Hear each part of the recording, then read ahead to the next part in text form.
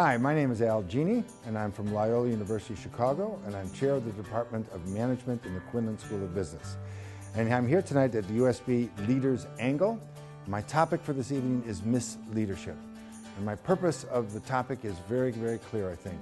We need to study good leaders, and we also need to study bad leaders, the misleaders, to figure out how they got there so we can find a corrective for both the good and the bad along the way. But let's begin by asking ourselves a rather important question. Why is leadership such a fascinating topic? Why do we accord rock star status to so many of our leaders? Well, according to military historian John Keegan, we are intrigued, simultaneously inspired, and simultaneously intimidated by those who wear the mask of a command because they have power. Now, anthropologist Joseph Campbell argues that all cultures, all societies, and by extension, all organizations are engaged in a hero quest. The hero, like the leader, imposes order, offers us a moral compass, and defines and directs the geography of life for everyone in that society. And I want to point out that's true good or bad. Bad rulers also tell you what to do, also give you demarcations of what we expect from each other. We need examples of how and why bad leaders make decisions and act out in the world. We need examples of how leaders got there. These bad leaders got there. When we start talking about leadership, we always think that the bad leaders, and I'll use Hitler because he's such an iconic leader, and I'm going to use him again in a reference, that they're there by accident, that the Idi Amins of the world, you know, they're outliers. They're not really true. Bad leaders need to be studied, for they offer us lessons, albeit negative ones, on the use and abuse of power. I think bad leadership falls into two categories, and I think as soon as you make the distinction, you'll understand it. And there's ineffective leadership, and then there's unethical leadership. And simply put, ineffective leadership falls short in its intentions because of the means it employs to get there. They make a mistake. But unethical leadership acts in a way that may appear to get the desired outcomes, that is, unethical leadership, but does not distinguish between right and wrong in the process. Ineffective leadership is about mistakes, misjudgments, misguided conduct, and being myopic. But unethical conduct is different. That's being malicious, mischievous, malevolent, and truly narcissistic. My example of ineffective leadership, ironically enough, is, not ironically enough from America, is Robert E. Lee, the general of the Confederate forces in the Civil War in America. And let me give you a little quick summary of that, so you know so I don't lose the metaphor here. In July of 1863, Lee knew that he could not sustain huge assaults against the Union Army. He had to do something to defeat the Union Army early. He had to come out of the South, go up above Pennsylvania, and come down on Washington from the north, perhaps defeat the Union Army, take Washington, embarrass the President Lincoln, and sue for peace. He knew that there was nothing else to do. So what he was trying to do, sneak around. His army was smaller, a little better. They were better fighters. They had won more fights. But he had to fight the Union on his own grounds. That is, he had to fight the Union from the best possible position. He couldn't handle a forced direct confrontation. He could have avoided combat, but he didn't, because even as a brilliant leader, we all make mistakes. Lee lost his focus and his objective of his mission. He refused to listen to contradictory advice and counsel. His demeanor made it clear to the members of his staff that he would not deal with counterfactuals, that he would not deal with what they were saying. Lee's earlier victories gave him a false sense of security, both in regard to his general strategy and the strength and the ability of his army. Lee took the battle very personally. He did not believe that the Army of Virginia, who he felt were true believers, could be defeated by the Northern Army made up mostly of draftees. So out of vanity, Lee attacked. And after 50,000 men died in the process, including the famous Pickett's Charge, where he sent the vast majority of his army into the jaws of death. And he was defeated there, and it was the beginning of the end of the Confederate insurgency. So it's a mistake, and it couldn't be avoided. The other one that I want to talk about that's not a mistake but unethical is the famous Bernie Madoff Ponzi scheme. Madoff is what I really want to call the unethical leader, because what he did was, this was not a mistake, this is not a misjudgment. He was malicious, malevolent, and narcissistic. But he intentionally and carefully plotted to rob these people. Every year, he paid everybody 12%, but he deceived them. That was his intent. He treated them as if they were victims, as if they were others. He committed financial atrocities that ruined the lives of individuals and many organizations that had money invested with him. You know, deep retirement circuits counts as well. Going forward, rather than using the term bad leader, I prefer the use of the term misleader. And there was a term I first found in the works of Peter Drucker, the management scholar, and later discovered them in the writings of the German theologian Dietrich Bonhoeffer. He first used the term in February 1st, 1933, in a radio speech entitled "The Younger Generation's Altered Concept of Leadership." This was the day that Adolf Hitler was being sworn in as Vice Chancellor of Germany. Bonhoeffer said that Hitler was really der Wehrführer, the Wehr being the negative leader, the misleader, that he would lead Germany astray and mislead them. What I mean by the misleader is that the misleaders are quintessential narcissists whose sole concern in the world is self-advancement and their own narcissistic agenda. Misleaders are not the sole victims. I mean, it's easy to pick up. Hitler's really a bad guy. Joseph Stalin's really a bad guy. Anybody, any dissenters in their own? But it's not just the leaders. How do leaders get there? How did that happen? Who put them there? A desperate people looking for some way out. Misleaders don't act alone. Misleaders, like leaders, are dependent upon followers to exercise their authority. And followers have a responsibility in it as well.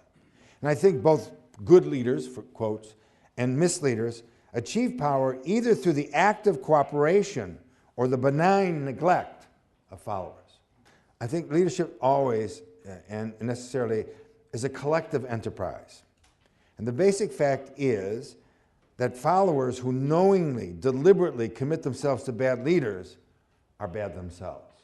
And there's no denying that. German people wanted the Depression to end. They wanted the brutal requirements at the end of World War I to go away. They wanted to be whole again. And so they were willing to listen to someone who promised that possibility. But as in all things, not everyone agreed. And I think that looking at the Nazi regime, we could talk about three groups: bystanders, evildoers, and acolytes. The bystanders we all know. They are people like you and I, and of lesser economic status, who go along with the regime, not because they're fervently committed to it, because they don't have any other option. Secondly, there are the evildoers. These are the people that support the Nazi Party and its policies because they saw professional reasons for doing so. Oh, this is good for me. And then the acolytes. Those are the hardcore believers, the zealots, the followers who are passionately committed to Hitler at the time as a person and ideologically committed to their agenda. Now, although the Nazi regime is clearly an obvious target for condemnation, I am convinced that this three-part topology of bad leaders can be applied to other less violent political parties and business organizations and groups. For example, the financial swindles that occurred in America in the last 15 years of WorldCom, Enron. You've had to heard of Enron. This is a school of business, the seventh largest energy company in the world that was selling stock on a product that never existed, but at market value. Was that just these maniacal leaders, these evil leaders at the top? Or wasn't that all those activities sustained and supported by a surrounding group of followers who knew the score, knew what they were doing, and knew what they were about? But what I'm suggesting is it's not just the guys at the top. By the way, Ken Lay clearly committed suicide, so his wife had some money. And I started to say, what did he do? Why did he put the... Did he think that if he stole $400 million, that he could spend it sometime? Oh, maybe in 5 years I'll drop 50 million here or 25 million. It wasn't possible. It was the game. It was getting it off and getting it over others. It became the thrill of it all. Some misleaders, I have to tell you, are simply pathetic, egocentric scoundrels or selfish, vain adolescent narcissists, full of bluster and pomposity, who enjoy a bright moment in the sun and then are quickly and happily forgotten and dismissed. And we could go through a list of that. If we're looking for an international example, how about Donald Trump, a name, a brand, a television personality, and an outrageous pompadour? But he's a fool. But other misleaders are pathological liars, complete sociopaths, and they're sociopathic in their interaction with others. Machiavellian to the highest degree, where they're only concerned about me, myself, and I. Then there are the less violent, less greedy, white-collar criminals. Again, Ken Lay and Jeff Skillings at Enron, and of course, Bernie Madoff again, who were truly misleaders. I mean, come on, $67 billion. Ruined great families and small families as well. Now, I believe that leadership at its core is an ethical enterprise. And I believe, to quote an African, a fellow African, St. Augustine of Hippo, the first and the last job of leadership is the well-being of those they lead.